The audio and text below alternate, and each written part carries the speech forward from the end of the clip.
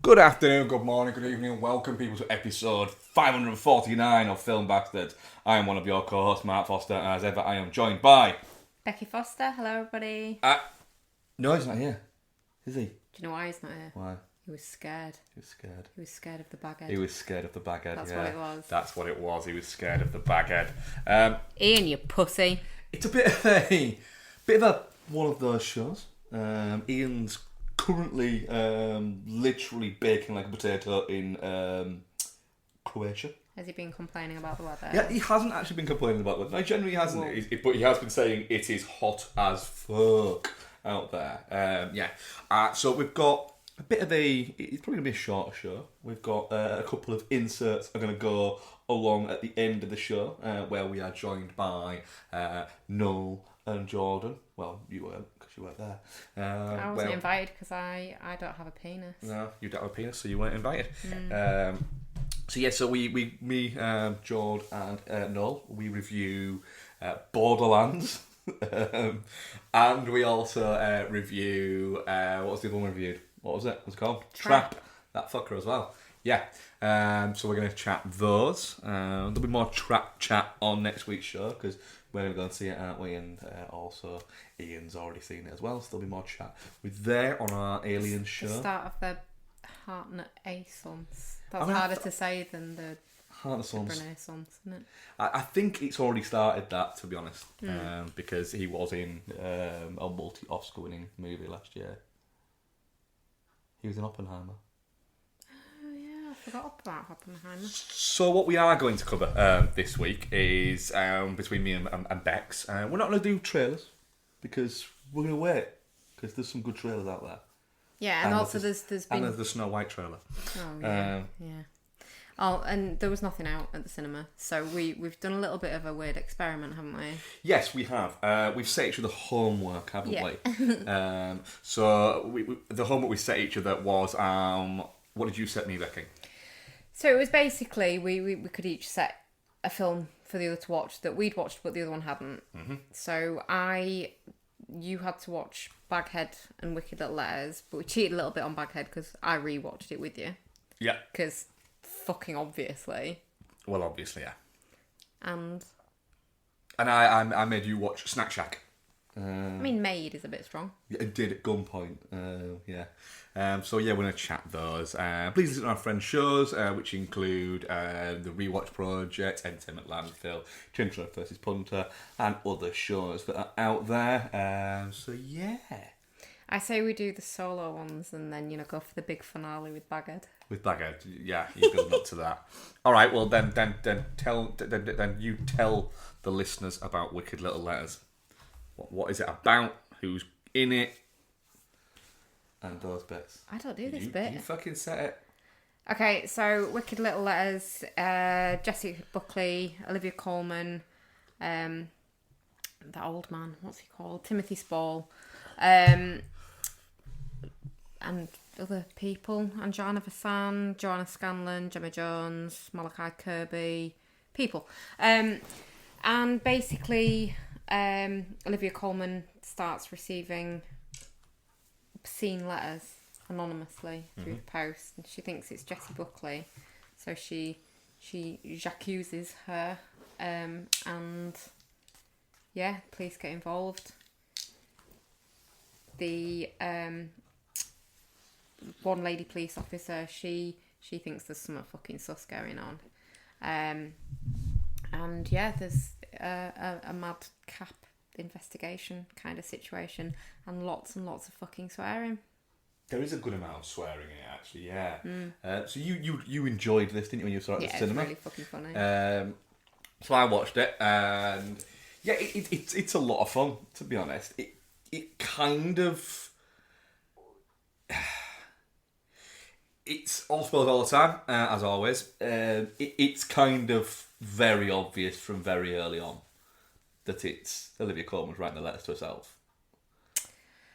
I don't know, I thought it could have been her dad. No, he was too enraged and too triggered by it for it to have been him. Yeah, but to get rid of her. To get rid of Jessie Buckley, it could have been. No, but they'd already stopped being friends before the letters started coming. Yeah, Olivia Colman just wanted the attention, didn't she? Yeah, and it became quite obvious very early on with that. So, but it's kind of fun how you think it's going to be it's quite small, like little village story, and then it quickly becomes bigger and bigger and bigger. Isn't it like based on a true It thing? is based on like a true thing that actually happened. Yeah, and so some of the bits are kind of embellished, but like bits of it aren't as well. Like I think it was actually discussed in the House of Parliament. Yeah, I think it was. I think I did a bit of reading around it when I watched it, and yeah, it's bonkers. Yeah, it is wild how much it goes along. I mean, it's the unravelling of it all, and the fact that it's. I think the trailer makes you think that it builds up to things, whereas it doesn't. It goes straight in at there, and she's arrested really quickly, and ends up. It's about a trial rather than just kind of like an investigation. The investigation's happening around the sort of same time as the actual trial itself. And it's as much about like the lady police officer and her sort of struggles with the sort of misogyny in the department as well. Like they just dismiss her thoughts on it. And her little investigation with the other women in, is it like a bridge group or something? It's something with like Olivia that, Colman. Yeah.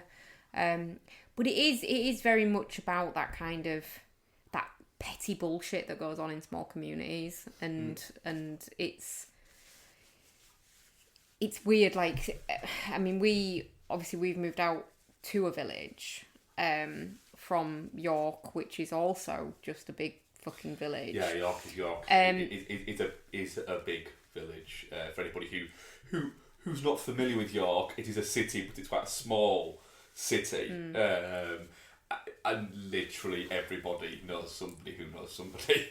So yeah, that kind of slightly claustrophobic feeling in the movie of everyone knowing everyone's business and the curtain switches, like that feels quite familiar.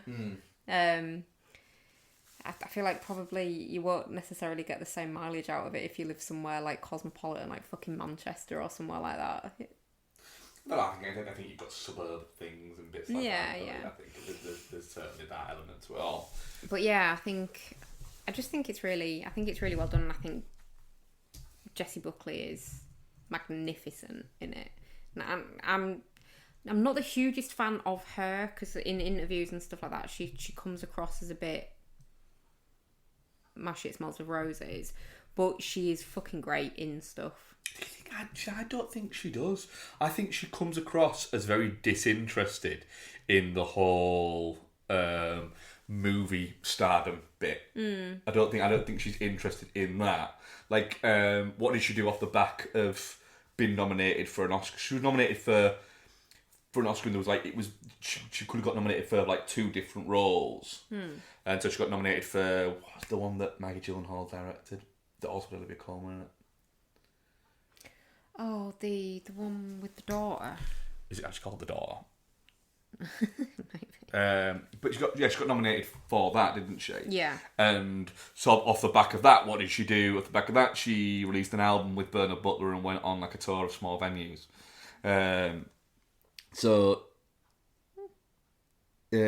Lost Daughter, that was it. So so that's what she kind of did with that.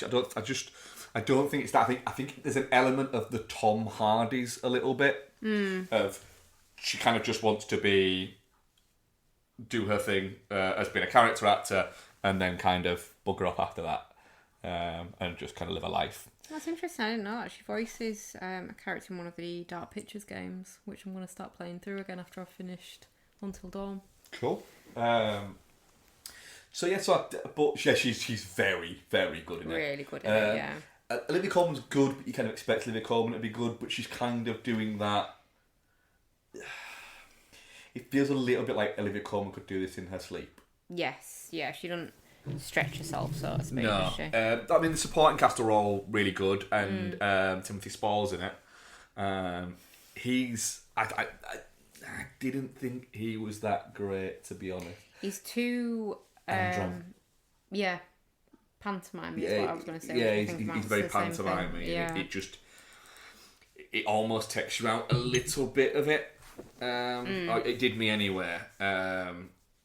Whereas I think that the lady police officer Anjani Vasan, she's also quite pantomime and quite android, but it works within the framework of her character. What I would argue there, though, is Jessie Buckley the anomaly here? Is everyone else in it actually quite pantomiming? Because the mother is as well. The women in the bridge club are. The police officers all are. Yeah. Maybe Jessie Buckley's just kind of... And she's too fucking real, man. No, but I think if that is the case, and you can write there, it is... There's a possibility that's a directorial choice, because it's very... It's very obvious. Yeah, yeah. So yeah, I mean, and it does actually work in its favour, but it is very. I mean, it's a proper black comedy, but it does put across the sort of double standards that is there for men and women. There, you know, she's like pilloried for the fact that she likes a drink. Yeah, yeah. But then again, you know, she's not exactly. I think the film does well to actually not to paint her as she's not a saint. She's not like, you know, she's a bit of a knobhead, and she is like irresponsible. You know, leaving her daughter at home so she can't get pissed. Yeah. I don't know, you know, so they're not trying to paint her as like the ultimate kind of victim within it. Oh no, but I think she leaves the daughter at home with her boyfriend, doesn't she? No, not always. No? No. Okay. Yeah. But, different time, you could leave your door open, couldn't you? All your furniture out that's outside, no one nick it. Nobody lock their doors? Nobody lock their doors. But then when, you know, it's a really fun bit when she finally kind of confronts her. And just starts calling on it. Yeah. Yeah, no, it's very, very well done. And I think the swearing in it, as much as it feels like, oh gosh, she just did a swear and it was one of the really bad ones, it's not like, it doesn't feel like she's saying it and like winking at the camera. It does feel quite organic when she goes off on her sweary rants. Yeah. So yeah, I think it does that quite well, because obviously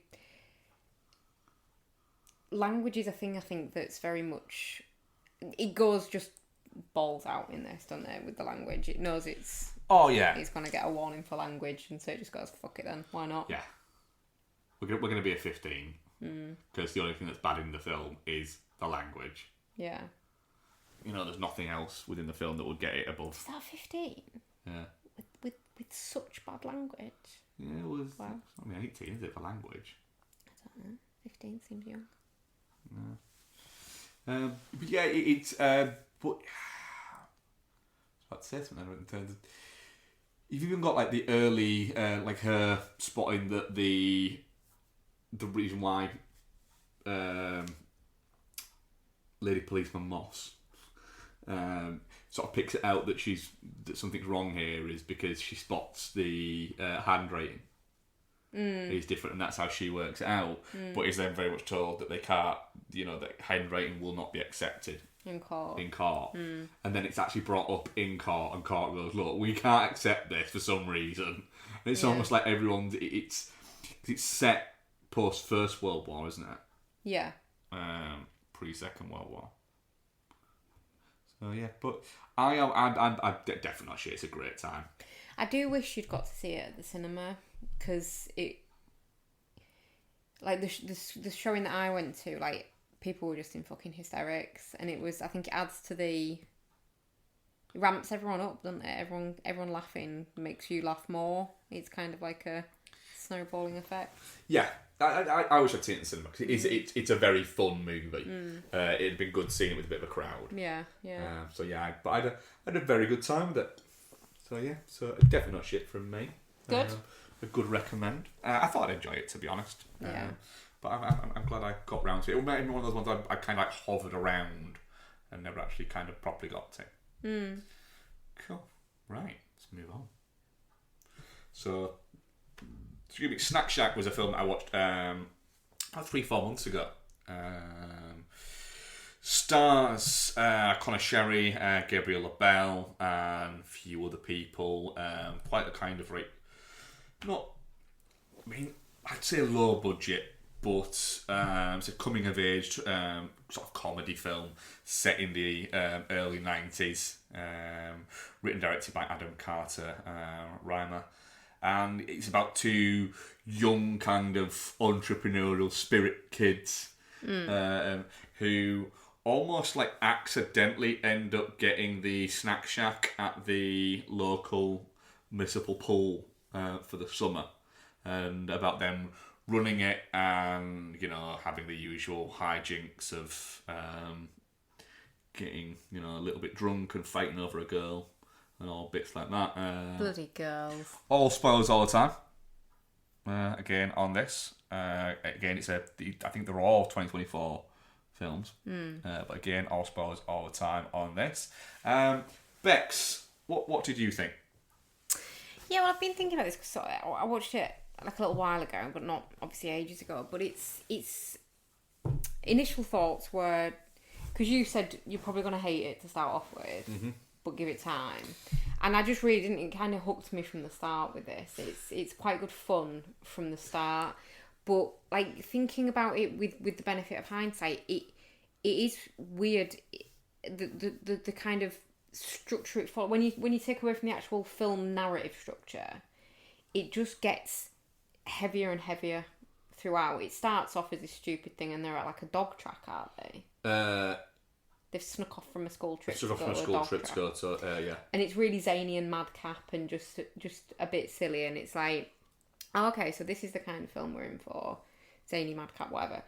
And then it gradually just gets, the subject matter gets weightier and weightier until it's like, and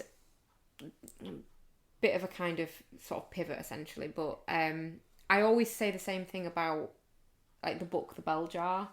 It gradually gets weirder and weirder and madder and more kind of that if you read like some pages from the middle after some pages from the start, it'd be like, this is a completely different fucking book. But because it does it so gradually, you don't realise it takes you on that journey with it. Yeah.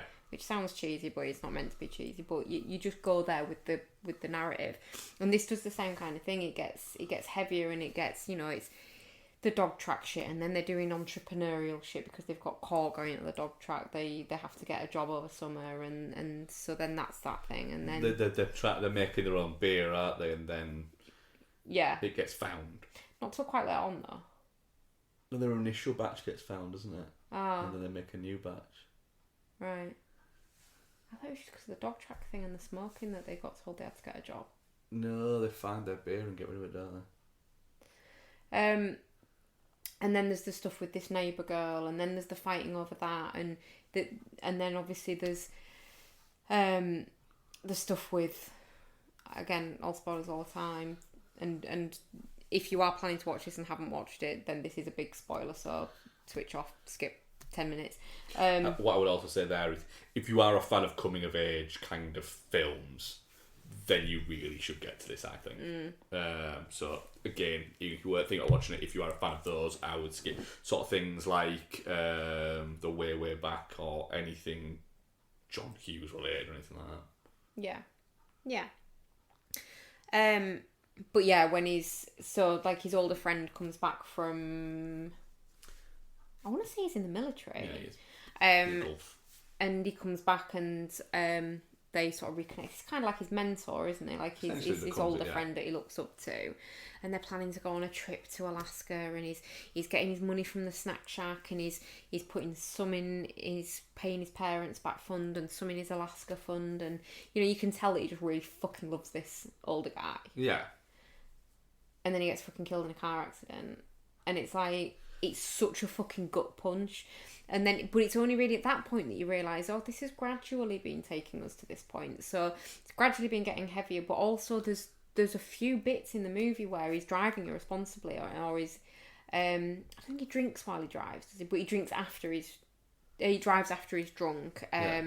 He runs through stoplights and stuff like that, and it's like, well, okay, the clues were there, but it doesn't. They don't feel like clumsy foreshadowing. It's only when you look backwards that you kind of go, that's why that was there. Yeah. So yeah, I think really, really skillfully made, to be honest, with the way that it gradually kind of it hooks you with this fun summer movie, and then it pulls you into this kind of coming of age sort of quite. I mean, coming of age movies can be quite not heavy, but emotive. Well, yeah, I think the key thing with that I've always found with coming of age movies is, they've got to have a fulcrum of what makes them a coming of age movie. Otherwise, they're just a movie about teenagers. It's got to be something there, and so teenage emotions they're quite basic. Yeah, you've got.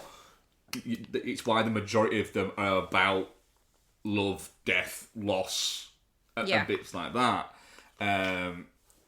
And so there has to be a catalyst to make it a coming of age movie. There has to be that. The reason why I thought you wouldn't like it at first is they're incredibly obnoxious for the first 10-15 minutes. It's just teenage boys. It is teenage boys, but I nearly turned it off. Oh really? Because they were annoying me so much. But then it does start to settle after about 8 or 9 minutes. After the first opening bit, where they are just insufferable, it does start to settle a little bit, and I'm like, all right, but the system, Mark. What about the system? Yeah, and it starts to work from there, and then you have them chasing over the same girl. You've got the funny bit of his dad trying to tell one of the guys, AJ, that who's like the main guy, isn't he? Yeah. Trying to tell him that he should mow lawns as a job. He's like really heavily allergic to grass. He's got like he's allergic to grass. He's on 90% Benadryl right now. so he makes him cut the grass, and he's there just like sneezing constantly, and his eyes have gone completely red. She just calls him shit pig throughout the movie, doesn't she? Yeah. The girl that's like that ends up becoming the bit between them. So like when he's but the bit, like you say, it does build up and it does gradually go. And the thing is, it's one of those movies I think are similar to something like Perks of a Wallflower. Whereas Perks of a Wallflower, I think, is a little bit takes itself a little bit more seriously throughout it. Yeah. There is a oh fuck moment, whereas the oh fuck moment I think is a lot darker in Perks of a Wallflower. Yeah. There. I do feel like though, Perks being a wallflower, there's the cool kids. There isn't that in this. They're all just fucking kids. Yeah, it's a good. I do agree with you when you said that 14 feels a little bit young. They should have been 16. Yeah, I do agree with you on that. Every plot point would have felt more realistic if they were 16. Yeah. I think what's happened there is it's been based around a summer in the writer-director's life that probably happened when he was 14, but then probably as the story's grown, it's grown out a little bit too much. It's probably beyond a 14-year-old. Yeah. That's there. But yeah, you've just got this moment where when he finds out that he's essentially like you say his big like brother, that has died. He's at the point where he's not talking to Moose, his best mate, and like the film has made it very obvious that they have been kind of like inseparable for the majority of their lives. Yeah, and then they're not talking because obviously of a girl. Because fucking that always happens, doesn't it? We are evil. You fucking shixers, yeah. But then temptresses, your goddamn siren songs and your boobs. They are good though. They are good boobs, yeah, fair enough. And so you've got this moment where he gets told, and he just doesn't know what to do, does he? And he's with the girl, isn't he? Yeah, he is. He's like, they were about to fuck. Yeah, and he just. You don't want her. No. He makes her take him to. He just starts running, doesn't he? Yeah, she finds him, doesn't she? Yeah, she's running. He starts running, and she like finds him. And you don't really. it's quite silent on that, isn't it? And all he's running, you find out and go, well, where's he going? And it's basically he just needs to see his mate. Yeah. Because that's what he needs at that moment. Yeah. And that isn't even necessarily the moment that they make up. But they just need each other in that moment. It's very much it's that thing of, this is bigger than fighting over a girl. Yeah, this fighting over a girl thing isn't going to end us. It's we're pissed off now. Yeah. We'll get beyond this. Yeah. And it's just, I genuinely found that fucking heartbreaking. It's a really, I mean, Gabriel LaBelle is, so he was in, he was in the Fabelmans, and he's playing Lorne Michaels in the Saturday Night movie, which trailer we'll talk about next week. He's really good as Moose, actually. He's really good, but I do think that Conor Sherry as AJ is fucking great in this. I think it's very much this kid could have a bit of a... He gives me...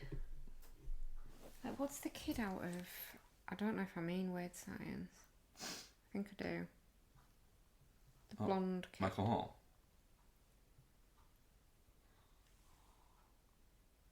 Oh, Anthony McCall, Yeah. I might actually mean his mate. Gives me vibes of like old school kid actors though. I think he's got a mixture of that mixed a little bit with... There's a Dane DeHarney awkwardness about him. It's not as pretty as Dane DeHarney. It's not as pretty as Dane DeHarney, but there's that kind of like his limbs don't... Or a young DiCaprio, like his limbs don't quite fit him. Yeah. Gawkiness. Yeah. Yeah, I wouldn't maybe put Dane DeHaan in the gawky, but yeah, young Leo. But I think it's probably more accurate, a young Leo. Gosh, that's a weight to put on his shoulders. You can't call him that. I mean, the Leo thing was a phenomenon from the start, wasn't it? The fact that it was literally De Niro recommending him to Scorsese and bits like that because they've been in films together. But yeah, so, I mean, what did you think? Yeah, definitely not shit. Really, really loved it, to be fair. And I will watch it again if I can remind myself to have some fucking tissues for when I cry. Did not expect this film to make me cry. I kind of did expect it to make you cry. Yeah, but you'd seen it. Yeah, well, that's fine. Right, go on, Bex.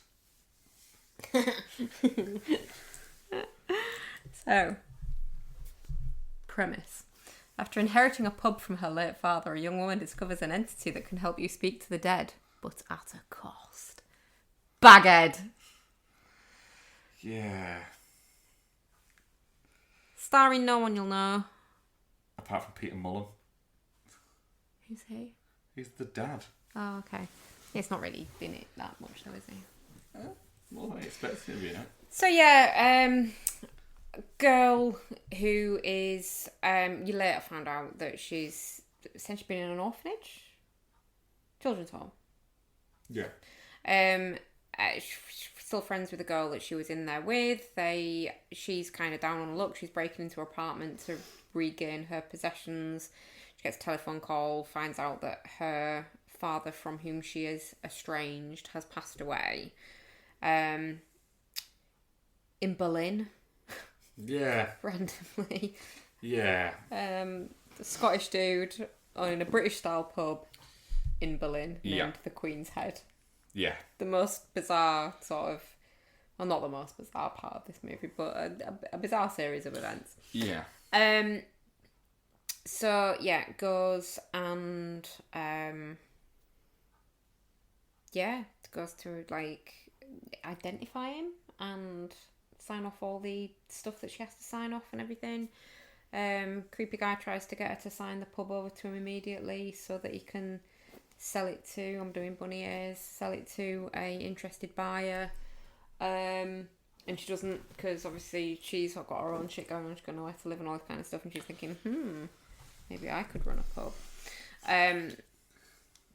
And yeah, then she discovers Baghead in the basement because of a creepy guy who wants to speak to his dead wife. Yeah, so Baghead Baghead is essentially like a a witch. Yeah. She's a witch who has been trapped in the house, or in the building. Well, she didn't start off as a witch. She started off as just a woman who could see things, and then she was branded as a witch by the townspeople. Fucking men. Yeah. No, not townspeople. A consortium of powerful men at the time, and she was bricked into a fucking wall. And then a later consortium of men, descendants of the first consortium of fucking men, decided that they could make money off her and let her out and commodified her. So basically, if you give her an item that is relating to the person, she snaffles it up. She gobbles it up, and then for an amount of time... It's in 90 seconds. Yeah, she becomes that person. Like, fully looks like that person. That. But after 90 seconds, she is no longer that person. She just looks like that person, but she's actually an evil witch who just wants to fuck with you. But, like, she's an evil version of that person as well. So, like, the bad shit they would say if they were probably being honest. Yeah. She knows, like, all of their... Yeah. She knows everything from there, doesn't she? But bonkers premise. Terrible title for a film. It's fucking me. Should be called Witch in the Wall. I wouldn't have seen this if it wasn't called Baghead, though. No, I'm really glad I did. I mean, you probably would have. Yeah, probably would, yeah. But it is called Baghead. So, see, the thing is now, we keep saying this and we keep laughing about it being Baghead. But there are people out there who might not know why we think that's funny. Oh, do you reckon? There is. There's a strong possibility that Baghead is a Britishism. So Baghead is essentially a euphemism and an insult for glue sniffers, people who put glue into bags and walk around sniffing glue out of said bag, and so they're called bagheads. It has now then gradually moved on to mean any kind of fucking drug addict, because most drugs come in a bag. Yeah. But the original baghead, that's where it comes from. It's become a generalised And it's become a generalised term for drug addicts and just low-life piece of shit. Wow. Yeah. Bagheads. So I'm really interested to know what you thought. I know, obviously... I don't think you were as hot on it as I was. I really, really fucking enjoyed my rewatch of it. I thought it would go down in my estimation watching it again, and it went up. I wasn't as hot on it as you are. I think there's a little bit too much story. There's no build-up to She literally straight in with the bagheadiness for that. So many poor decisions are made in this movie. And so many poor decisions. I mean, the fact that it's not quite like fucking Babadook fucking, all we need to do is fucking keep it in the basement, is just fucking feed it worms and it's fine. Right. But writing don't go past this on the bottom of a step. She has to obey her. It feels a bit far-fetched. So anybody who has the deed to the building... Whose name is on the deed to the building, has control over Baghead. Yeah.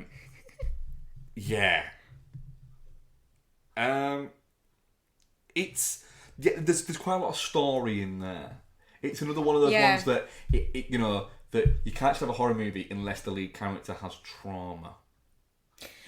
No, but it all feeds into the story, because the trauma that she has is based on the fact that she was abandoned by her dad and then her mum died. She was abandoned by her dad because when he came back from the pub and tried to escape from Baghead, her mum got sick and he was like, fuck, I genuinely can't be away from this pub because this fucking curse will get anyone I love. Yeah, it does. So then the mum dies and he has to go back, so he has to abandon her, but she doesn't know any of that. So all the trauma feeds in, Mark. It's very clever. It's not very clever. It's cleverer than fucking... not clever. Whatever it was we saw, Longlegs. It's cleverer than Longlegs, yeah, but it's not clever.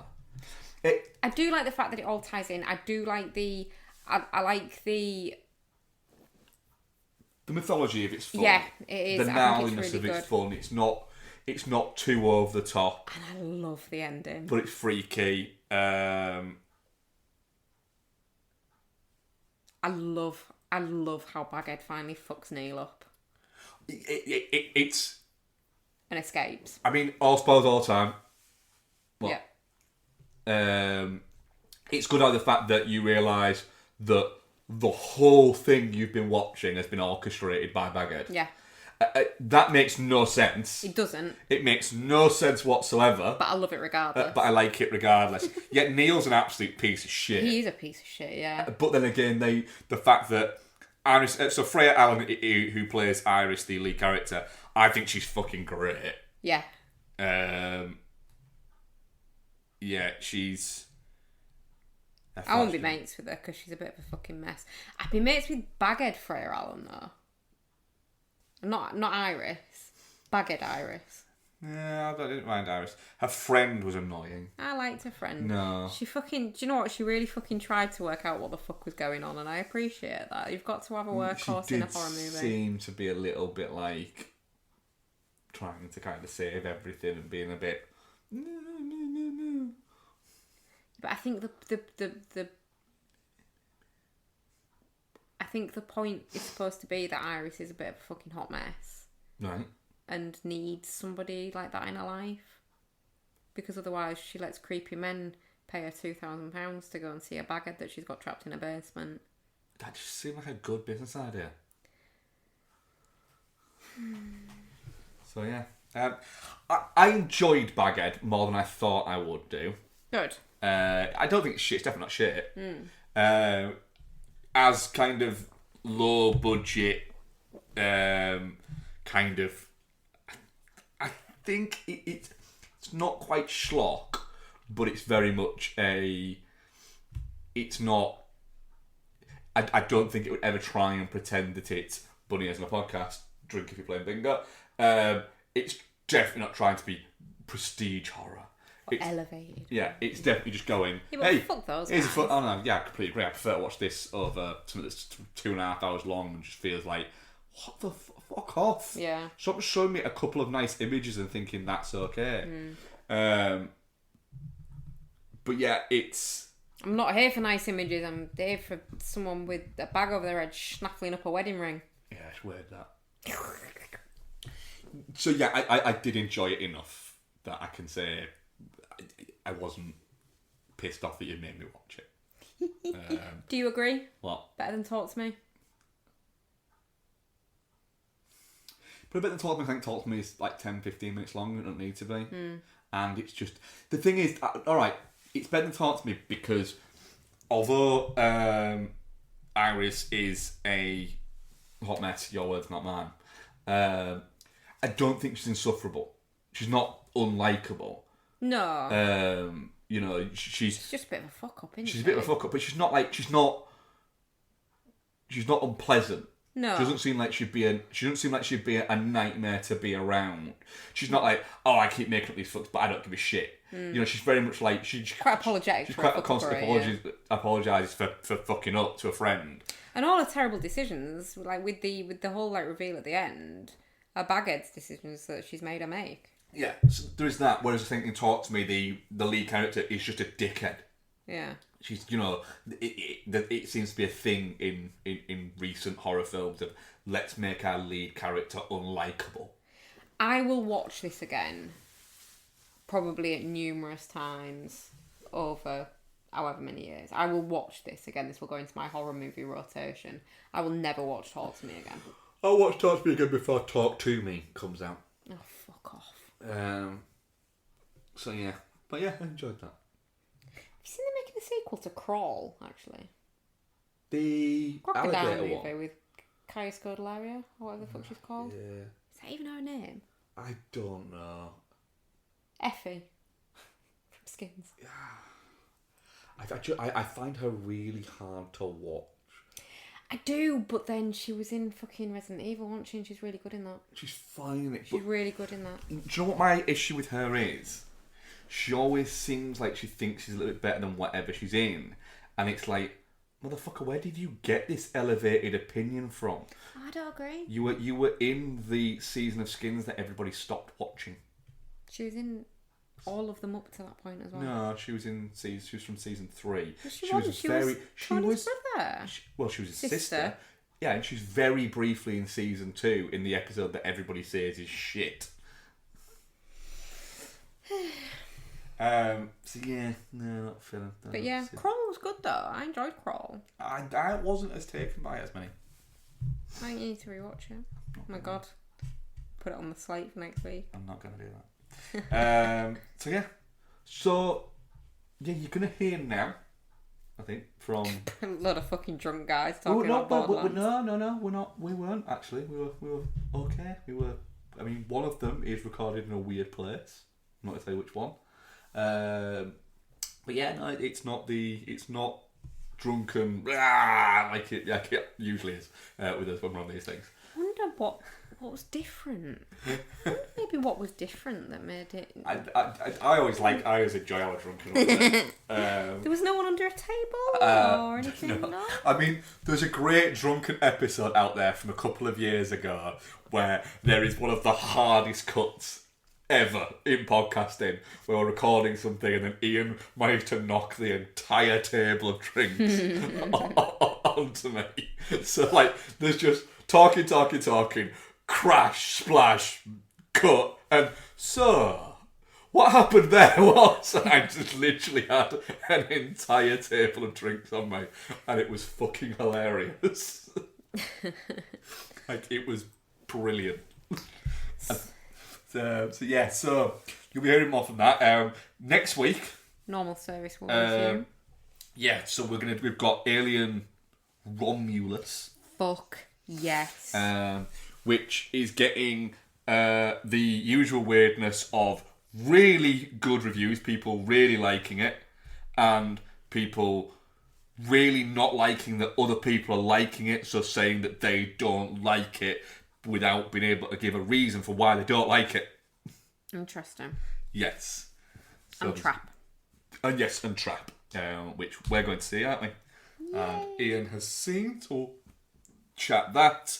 And there'll be the usual bits of trailers and bits like that. I didn't want to do trailers because there's the Saturday Night trailer, which is directed by Jason Reitman. Yeah, so I didn't want to take that away from Ian. That felt mean in his absence to then do something that he will get muchos joy out of. Yeah. So thank you very much for listening to this section. And we shall speak to you next week. Yeah, and in a tie-in to something that I believe comes up in conversation on the second section, we're going to go plan building a pergola. We are going to go plan building a pergola. Great. Yay. Bye, everyone. Bye. I know, me too.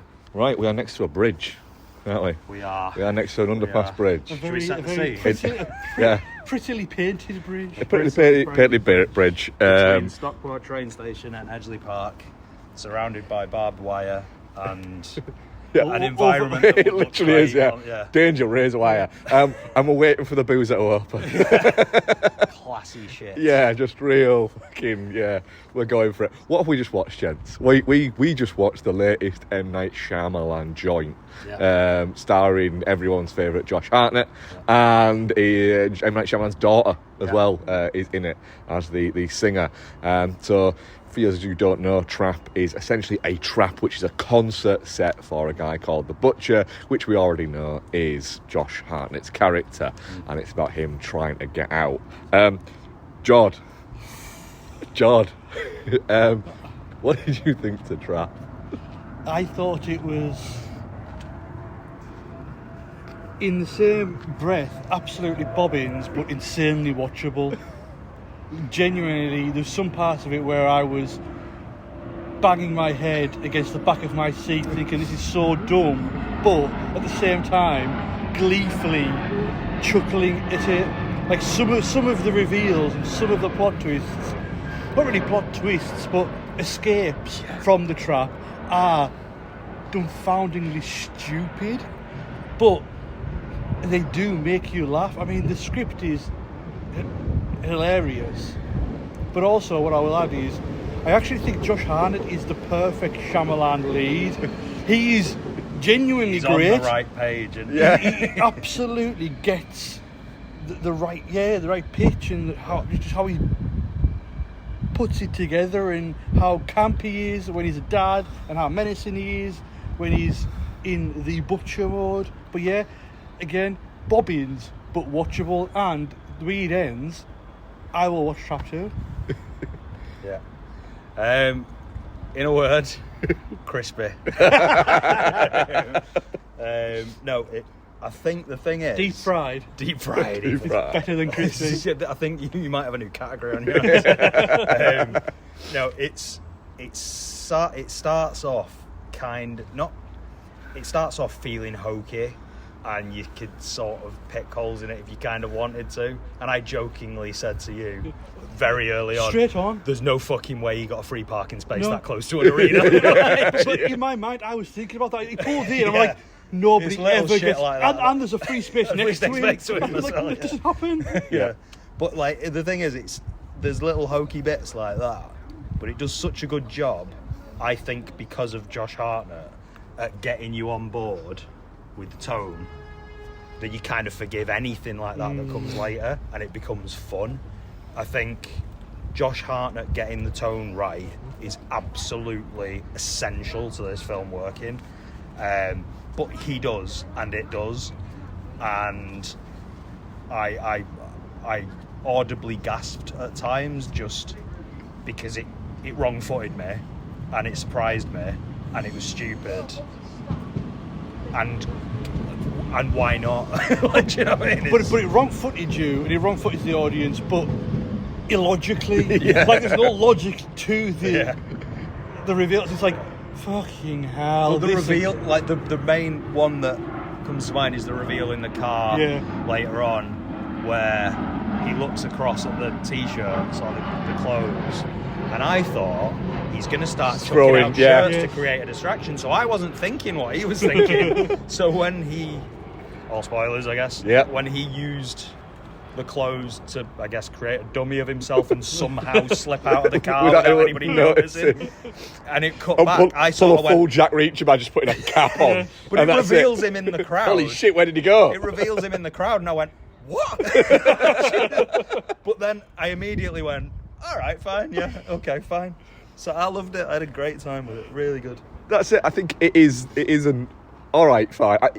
If you are willing to just go with it, and kind of go, Shyamalan knows what he's doing here. He doesn't think this is great cinema. He thinks this is fun, schlocky cinema. Fun Hitchcock pastiche. Massively Hitchcock. But it's like the profiler is. She is the character from the end of Psycho, who is just, you know what I mean? There's Hayley Mills, isn't it? Is that Hayley Mills? The profiler, the old profiler. Yeah. Right. Which I think was weird. She was the only... Maybe it's because it felt like a lot of her dialogue was delivered in ADR. Yeah. But she felt weirdly miscast and sort of out of place. Or maybe they only had access to her for a certain amount of time, I don't know. But, sorry, carry on. But well, Shyamalan likes to shoot fast, doesn't he? Yeah. He likes to shoot as little takes as possible and very quick, and it shows. But like, even the fact that his daughter is both crap in it, but also like it works. Yeah. Like, I thought she was fine, and I thought she's crap, but I don't mean like in a my God, she's up on, like she's just a bit like awkward, but not awkward, and I can't work out whether it's a great performance or a terrible performance. I feel like her awkwardness in that situation is more convincing than her actual pop performances, maybe. Because I mean, the thing is, that is a little bit of an elephant in the room with the film. Is it is essentially at points an EPK for her career. 100%. But it's like even making his daughter the hero of the piece. Oh yes, it's M. Night Shyamalan doing another Shyamalan saviour. But that was one of my favourite reveals, which I didn't react to, but I just thinking about it while it was happening, I was like, that's fucking weird. Was if you'd been kidnapped by the butcher, and then somehow somebody managed to get in contact with you via phone, and then you got rescued, and then suddenly Lady Raven just got out of a police car and came over and hugged you, you'd be like, what the fuck's happening? Like, well, I was having a weird week anyway, and now this. Yeah. Yeah, there's definitely an element. I couldn't help but think about what was going through that guy's head at that time, because he didn't know it was her. He didn't see her face. No. So she just turned up and gave him a hug, and he was like, "Okay, thank you." Right. Were you just driving by? But I mean, even down to the bit of where he basically says to Lady Raven, "Look, you're looking for me." I was like, "Oh, holy shit! Fair fucking play, Shyamalan. You've gone for it here." Yeah. I mean, I enjoyed it. I had fun with it. I think it goes on for a beat too long. Possibly, yeah. I think it should have it spent too much time after the concert finished. Yeah. And I think when you've got... They should maybe have wrapped it up at the house. Yeah, when you've got maybe... have him then in the limousine. One location bits. I think once you move away from that location, you've got to kind of wrap things up quickly. Otherwise, you kind of... Your attention starts to go, hang on a minute, I thought this was going to finish like in a second. Yeah. Why are you still going? I feel like they could have extended the awkward conversation bit a little bit more at the house, with the mum finding out, and what that, the reveal of the family finding out. They could have extended that a little tiny bit, and then wrapped it up with an escape and a siege, and the cops get him and he's dead, and that's over. As soon as they did which was also one of the hokiest moments where the replacement, he replaces the limo driver, and Jermaine gets out, and it's like, oh, all right, this is fine, is it? No, you'd be like, in the back of that, you'd be like, no, red flag, do not let that guy. Yeah. But that entire sequence of getting out of the house and into the limousine, like, she gets away so easily, so what's the point of it? Like, But the bit there is, Jermaine's seen him, knows he's a wrong un, and it's not like he's got his face covered, and he just goes, he looks a little bit like that guy. I'm sure it's fine. I'm sure it's fine. He's wearing a cop's uniform. But there seems to be an awful lot of that. Yeah. And hand waving. You kind of got to let it go. Yeah. You kind of got to say, do you know what? Fuck it. Yeah. And like, there's films that you should pick holes in. I just don't think Trap is one. No. I agree with you. I mean, the guy who worked at the merchandise stand knew an awful lot about what was going on. But again, fuck it. Yeah. Like, it don't matter. I'm having fun. But it's like, even it's like that start with the guy at the merchandise stand who's like, oh, let her have it. Blah, blah. It's like, I like you. Your family's got good values. I'm like, what? He's literally said a sentence. But that's it. It's a really fun movie while it's on. Just to kind of like let wash over it, and just kind of, if you sit back and accept that, this is just garbage. And watching but Josh Hartnett's face change from one thing to another was quite fun. Especially the end. I could have had more. Yeah, exactly. Like, I could have had more with that. Him just laughing as he said. Just like there's one where he's talking to the mother, that mother of his daughter's friend, and he's talking to her, and he's like, "Yeah, we get to have pizza and stuff like that," and he's like, "Yeah, okay," like, and he's doing the whole dad vibe thing, and then he just turns away like that. And I was like, "Oh, more of that. That's great, man. Let's have that." Well, that's it, and I mean, we're gonna get a Trap 2 because it's done well. It very much sets it all up. Hopefully, it's him chasing after Raven. Yeah. And it'll be but. Like, it probably will be, won't it? It's got to be. But even with the way it finishes, and he's there just laughing, it's like, mate, you're still in the back of a police truck, and there's police everywhere. Yeah. But it's even like that. It's like, it's the most incompetent police force ever. It's like, how the hell did you not see him take the smoke? Also, when everybody's tasering him, I'm like, has nobody got a gun? Why have you all got tasers? This isn't the UK. Because we're going to analyse his mind. He's a murderer. Shoot him. Yes. What the fuck? Yeah. There's one guy literally has had his eyes smashed into his skull because you didn't want to shoot him. It's like, come on now. Come on. But that's what, because that's the only sort of movie piece of advice. I don't really understand why it's a 15. Like, I don't know how that can't be a 12A. Yeah. Because there's not... Was there even that much language in it? No, I don't think it was. There wasn't really. That was the only scene of violence, wasn't it? Yeah. But he did say on the credits, the BBFC card, brief violence. Moderate threat, brief violence, or something like that, which is... It kind of sets it up and you go, all right, it's going to be, But, I mean, I'm definitely not shit. It's a great time. I'm kind of Geostorm. Oh, yeah, that's fair. I'm definitely crispy on it. I'm definitely not shit. Yeah. I had a great But time. the final thing I will add is... I get it is a bit Geostormy though. It is, yeah. I think your audience folk might be that. Yeah. The one thing I'll finish on is possibly podcasting under a flight path and next to a train track wasn't the best. Nope. A flight path, train track. Authentic Stockport vibes. Yeah. But no, honestly, yeah, it's like it's exactly what I think we wanted from it. It delivers exactly what I wanted, so I can't really complain. No. It's a story. Like it's just you know, going back to what I was saying last week about Deadpool and Wolverine. It's just what if there was a murderer in this situation and what would he do again? It's just, and then it's a film with a structure. Here's the setup in the sort of thing. Here's where it all starts to go wrong. Then they escape and there's an extra bit. Like more of that. Than I don't even mind if they're a bit shit around the edges like that is, because it kind of is. Like I don't mind if I'm having fun. Those films are supposed to be a little bit rough around the edges. They're not supposed to kind of make sense. They're supposed to be a little bit schlocky. Yeah. You know, it's everyone reveres Hitchcock now. I guarantee you, if people watched like Hitchcock movies now, they'd be getting torn to pieces if they came out. Yeah. Psycho would be the thing that Gus Van Sant said was, how when he goes into that room for literally 2 minutes does he come out fully made up, fully dressed? It wouldn't work, and that's the whole thing about the Psycho. Is Vince Vaughn comes out and it's just a fucking wig and it's all fucking crazy, which you haven't watched. You need to watch it. Halfway through it. But yeah, so I think these films are supposed to be just a little bit silly and fun. And that was silly and fun. There was a guy towards the back of that cinema who was having a fucking whale of a time. Yeah.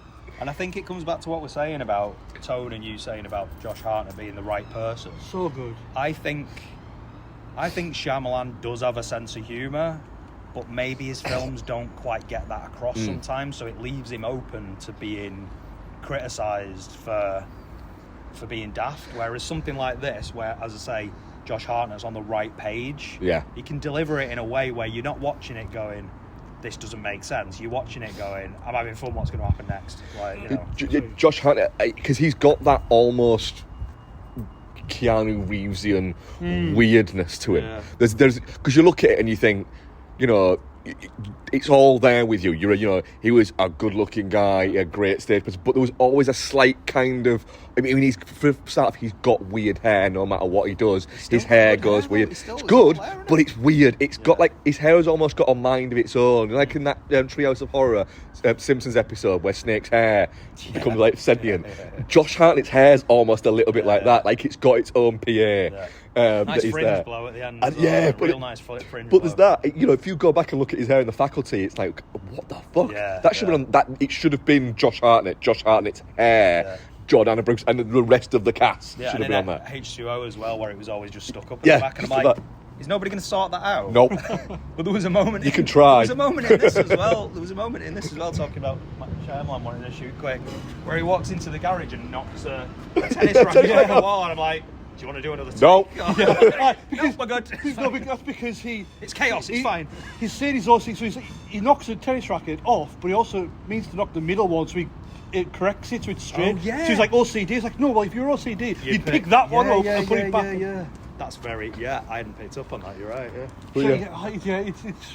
But the only thing with it is like Tone. I just wish he could find someone to just tighten the dialogue so it's sometimes not as clunky. Like it's funny to watch, but it's bad. He almost needs to, for him, and I've said this for years with Shyamalan, he needs to write the stories, he needs to get somebody else to write the scripts. And that would work better.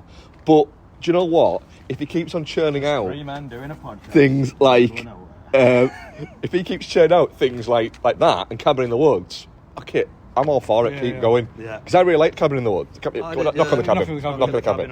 And I'm not a big fan of Cabin in the Woods. I think it aged terribly. But yeah, Knock on the Cabin. I thought it was fun. I like that was fun. So fuck it, And it's just I like kind of Tales of the Unexpected-y kind of things as well. So if Shyamalan, it feels like Shyamalan is finding this really nice groove of bringing out stories which are just, what if this? Mid-budget, mid-budget, decently shot dramas with a couple of people that you recognise that are well put together, and are just a nice concept. Yeah, like you Keep say, like making 'em. they're very Tales of the Unexpected Twilight Zone kind of vibe things, and fuck it, keep going. And if we get a Trap 2, great. Yeah. Right, we'll be back with more at some point, I'm sure. Thank you very much. It's open. So, we've just done Borderlands. We didn't plan to do Borderlands, did we, gents? No. But we did anyway, because why the fuck not? So Borderlands. No, what happened? What happened? Just 1 second.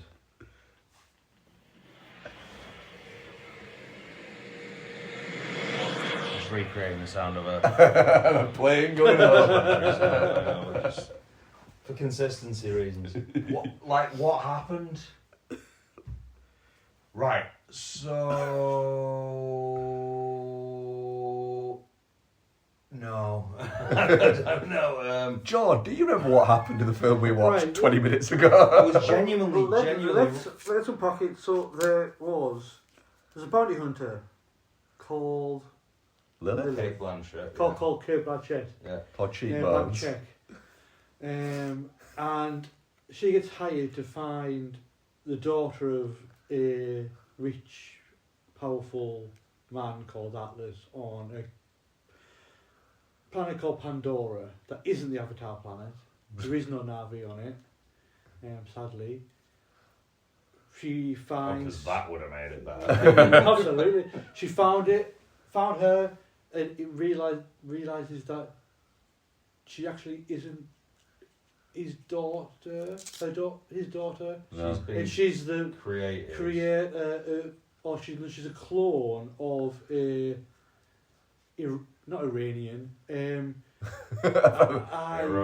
Herodian, and he can open this portal into magic a vault Yeah. that it has the power. So that's what I got from it, but it sounds very kind of convoluted. But the thing about this movie is, again,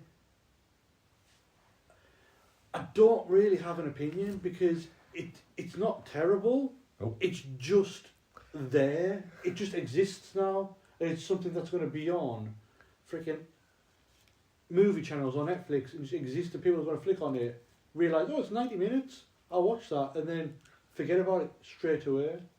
Yeah, it's really difficult to see what, like, even the Jack Black robot character has a couple of funny moments, but it's not really enough for even like it's like I'm watching that and I'm going, all right, well, what would people latch onto on this? Yeah.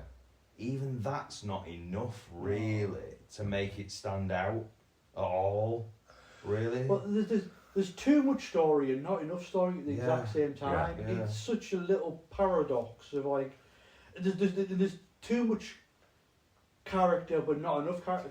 Like the characters there in the, like there's people there in costumes acting a certain way, but there's no character. It's just complete and utter visuals. Yeah. Where It's like that, but that's it. It's all visuals, and then, like I said to you before, like you arrive at a place later on where you're supposed to. It's like it's. And I know the Guardians of the Galaxy comparison is kind of lazy potentially because of the way the film looks and stuff, but you are expected to feel like this ragtag bunch of this family unit, and they all really care about each other, and they've found something in what. But that's not in the film. No, because they have literally just met. It feels like they've just met. And you get the feeling that if you asked Kate Blanchett's character and said, could you just tell me that guy's name, that was the psycho guy's name, she'd be like, Craig? Yeah, psycho face. Gary? Yeah. And that's it. It doesn't... I think if you've maybe played the game, you might understand more of it. But none of us have. But that's again, but it's context. As I've said, it feels like cutscenes cut together without the actual context and the depth of the playing game. the No, game in the non-cutscene part. And again, that's what I was saying a sec ago, was that like if you told me this was Fortnite the movie, because I know nothing about Fortnite other than its fucking skins. Like, this is a thing where people just run around shooting each other and it's skins, right?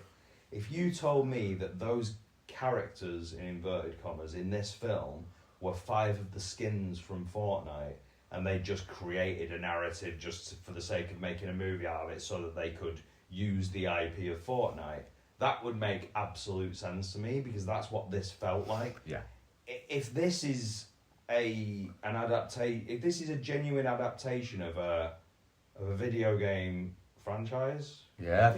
like if this is if this is an adaptation of a 3-game franchise, and this is the story,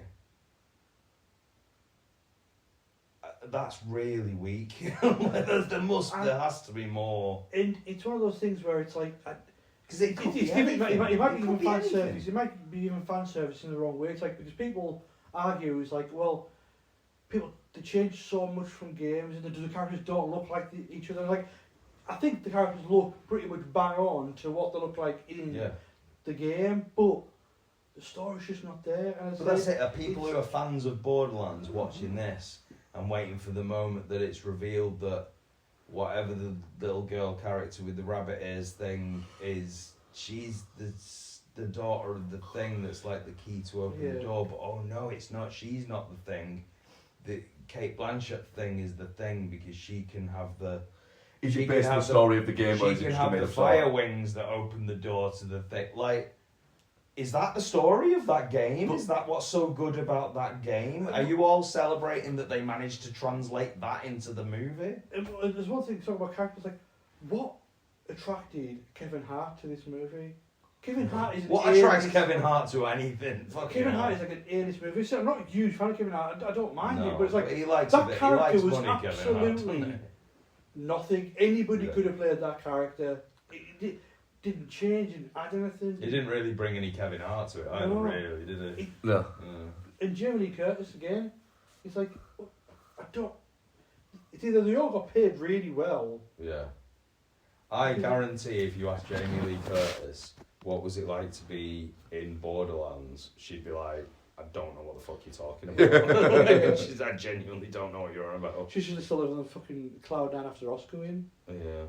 The thing is, it felt like essentially like a journey movie where they were going from one place to another, but they never actually went on a journey. They just stood in one place, then said, "Oh, we need to go to the blah blah blah," and then the next scene they were there. They were in the blah blah blah. And it's like something must have happened while you were travelling. Yeah. You know, the only time when they were actually travelling is they weren't travelling to somewhere; they were just running away from something. Do you know what it is? And maybe this is because I've seen the fucking trailer so many times at this point, but it feels like a movie that was made to make a trailer to get people to go and watch a movie. And I know that sounds ridiculous, but it just feels like a movie that was made for the sake of making a trailer. It definitely feels like something that they went, "Oh, it'd be great if we made a Borderlands movie," and then they started making it and went, "Maybe it won't be great. Yeah. Maybe there's not a lot going on here. Shit. And they should have realised that script. Have we gone fucked up?" Yeah. It was probably one of those ones where they were like, "We don't really have a script, but we've got a loose idea, and we'll work it out when we get there. Mission Impossible, And great. again, We can do it." There's a sort of lack of ambition with it as well, because if this is a beloved game franchise, or this is at least this is a game franchise that's had multiple entries, and they had enough money to throw at it to make what they made and have those actors in there, there's a real lack of ambition in what they actually made. Like, it doesn't feel like they were making this thinking, you know what, if this goes well, we can make another one. It doesn't feel like a blockbuster. It's so low-key. Like, it definitely feels... They can't have ever, at any point making this movie, gone, let's do this so we can make 3 of these. No, it's just not that film, is it? Nobody's signed on to a 2 or 3 year deal, with a 2 or 3 film deal with that. It is all of it is a one and done. Yeah. And which it will again be begs the, like, if you go into something like this when you've got the rights and you've got the IP to make something, and you're not thinking, how do we make something that will really resonate enough for us to get 2 or 3 out of these? Then why are you even bothering? Because, like, actually the story that you came up with is the most generic. I feel a little bit like between the game studio and Lionsgate, they've gone, right, we're going to make a Borderlands movie. We've got Eli Roth. Let's throw a load of fucking money at just getting a couple of people in it. Yeah. And then that people will be interested enough because we've got, fucking Kate Blanchett in it. Yeah. And that's going to be weird, isn't it? Yeah. And it was weird. Yeah. Having Kate Blanchett in it. Yeah. But it's almost like 50% of the people in that room are there for the brand recognition. 50% of the people in there are there for Kevin Hart, Jack Black, Kate Blanchett. Yeah, it's but still not sure why we were there. I'm not sure why we were there. No. But the thing is that it isn't like I didn't enjoy bits of it. No, it was fine, but it is like 90 minutes, and it feels like you're watching a 2 hour plus movie. Yeah.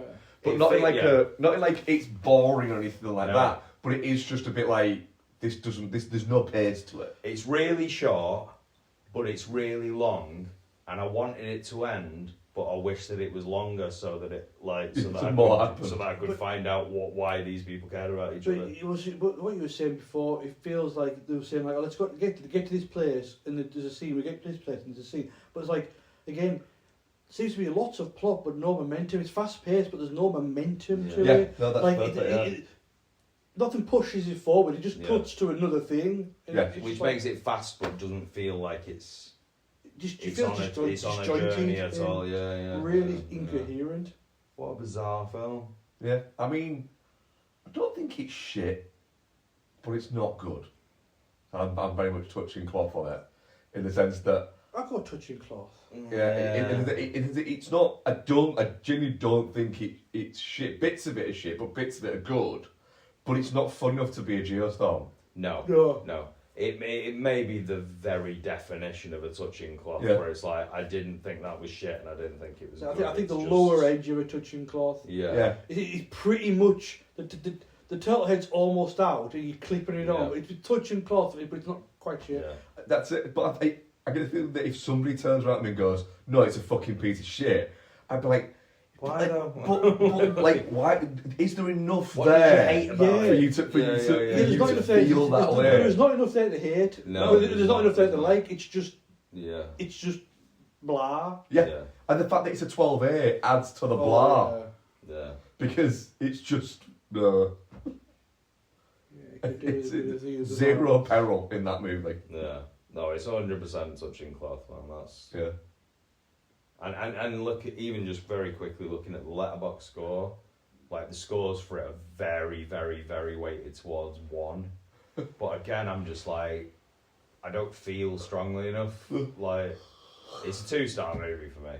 Like, it's just, it wasn't a bad 2.5. It'll be get 2.5 for me. Yeah. It wasn't a bad film, but it was a bad film. Like, I don't know. I'm not even sure I know what I mean by that. Like, it's I guess if you spoke to Eli Roth about it and went, "What happened with Borderlands?" He'd just go, "I don't really know, to be honest.